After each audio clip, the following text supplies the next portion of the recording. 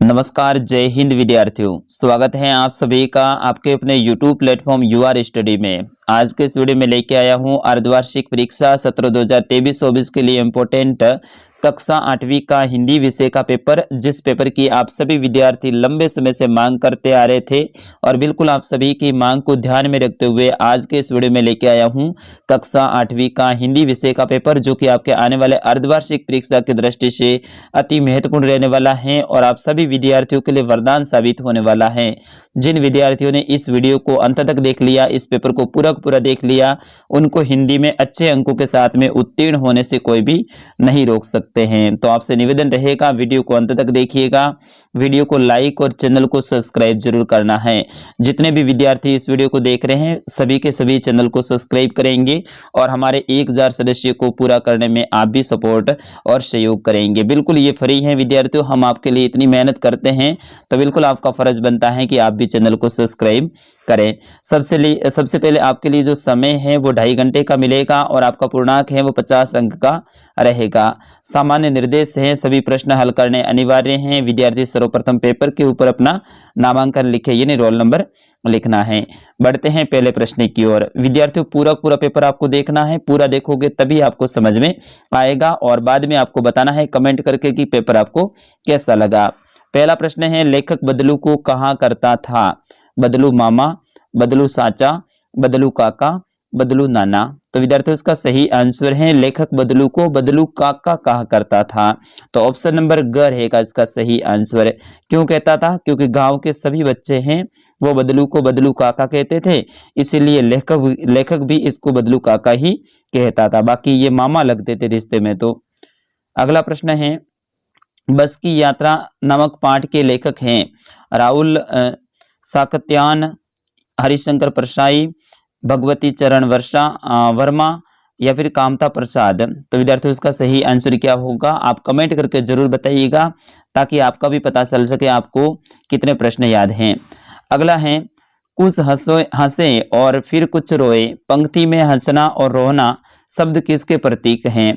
सहानुभूति और कष्ट के, सुख दुख के, मेल विसुड़न के, प्रेम वियोग के। तो विद्यार्थियों इसका सही आंसर क्या होगा आप इसका भी कमेंट करके जरूर बताइएगा। अगला प्रश्न है, भगवान के डाकिए कहा गया है? पक्षी को, बादल को, पक्षी और बादल को, नदी और पहाड़ को। तो विद्यार्थियों इसका सही आंसर होगा वो आपका ऑप्शन नंबर ग रहेगा, पक्षी और बादल को भगवान के डाकिए कहा गया है। कई सारे विद्यार्थी क्या करेंगे, पक्षी ही करके आएंगे और कई सारे विद्यार्थी वो बादल ही करके आएंगे, लेकिन आपको ध्यान रखना है पक्षी को भी भगवान का डाकिया कहा जाता है और बादल को भी कहा जाता है, इसीलिए आपको पक्षी और बादल वाला दोनों जो ऑप्शन मिलता है उसी को सही करना है और अपना सही आंसर ऑप्शन ग रहेगा। अगला प्रश्न है, फलना फूलना का अर्थ है?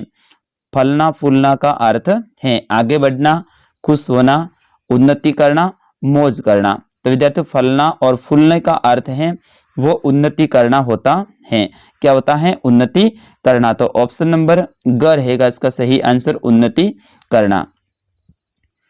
अगला प्रश्न है, यह सबसे कठिन समय नहीं कविता में संदेश है? निराशावाद का, लक्ष्य की ओर बढ़ने का, अपनत्व भाव का, प्रेम और सहयोग का।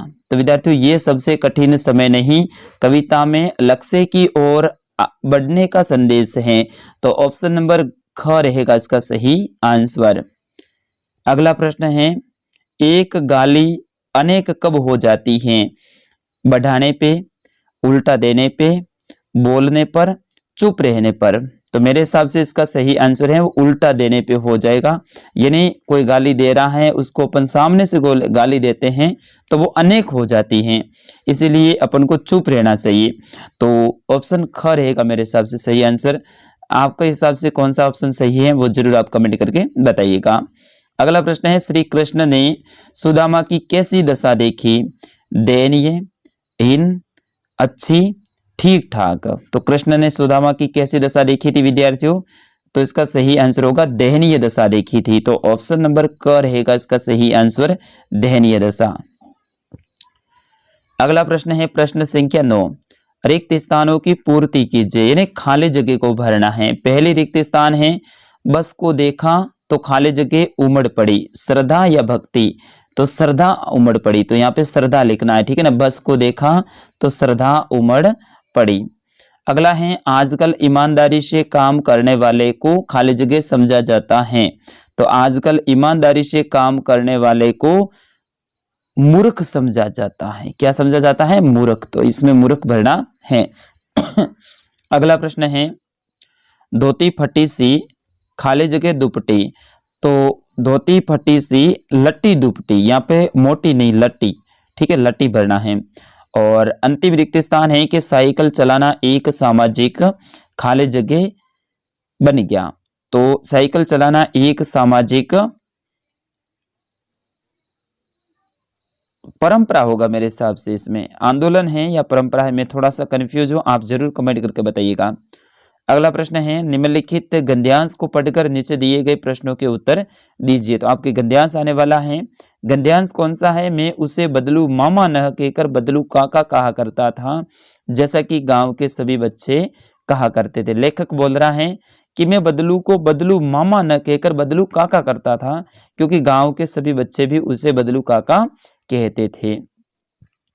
बदलू का मकान कुछ ऊंचे पर बना था। कहाँ बना हुआ था? कुछ ऊंचे पर। ये आपको ध्यान रखना है। आगे प्रश्न आएगा उसमें उत्तर देना है।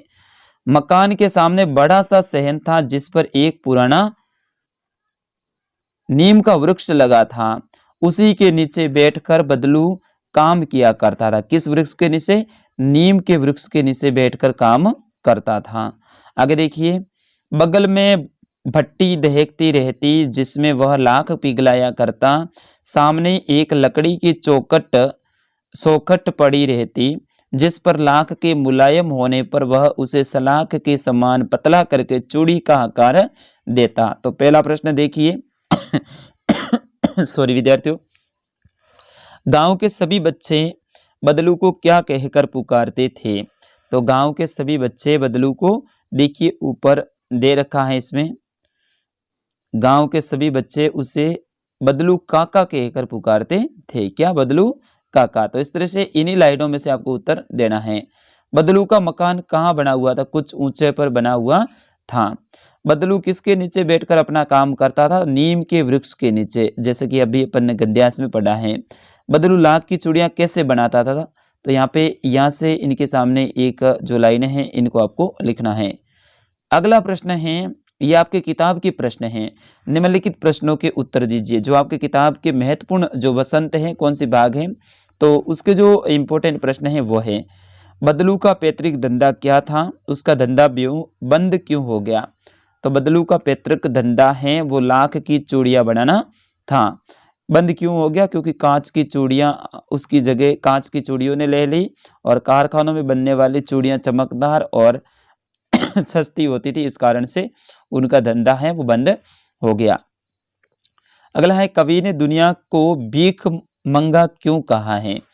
अगला प्रश्न है आजकल जीवन के महान मूल्य के प्रति लोगों की आस्था क्यों हिलने लगी है? अगला प्रश्न है कबीर की सखियां क्या संदेश देती है? तो कबीर की सखियों के बारे में आपको याद करना है। फिर उसके बाद में अगला प्रश्न है जान हथेली पर लेकर चलना मुहावरे का अर्थ लिखकर अपने वाक्य में प्रयोग करें। अगला प्रश्न है उपसर्ग व प्रत्यय के में अंतर लिखिए। अगला है चिड़िया सोच में तिनका दबाकर उड़ने की तैयारी में क्यों है और वह तिनके का क्या करती हैं? अगला है मैं हर पेड़ को अपना दुश्मन समझ रहा था, लेखक पेड़ों को दुश्मन क्यों समझ रहा था? फिर उसके बाद में 12वां प्रश्न है शैक्षिक भ्रमण पर जाने हेतु अपने विद्यालय के प्रधानाध्यापक जी से अनुमति प्राप्त करने के लिए प्रार्थना पत्र लिखना है। किसके लिए? शैक्षिक भ्रमण के लिए एप्लीकेशन। ये नहीं आता है तो आपकी बहन की शादी में सम्मिलित होने के लिए अपने मित्र को निमंत्रण पत्र है वो आपको लिखना है। कौन सा पत्र? निमंत्रण पत्र। और अंतिम प्रश्न है किसी एक विषय पर 200 शब्दों में निबंध लिखना है। विद्यार्थी और अनुशासन, बाल विवाह एक अभिशाप, दीपावली, यदि मैं शिक्षक होता, किसी एक विषय के ऊपर आपको निबंध लिखना है। तो विद्यार्थियों ऐसे ही पेपर देखने के लिए आप चैनल को सब्सक्राइब करें, साथ ही आगे से आगे इस वीडियो को शेयर करें। धन्यवाद। जय हिंद, वंदे मातरम।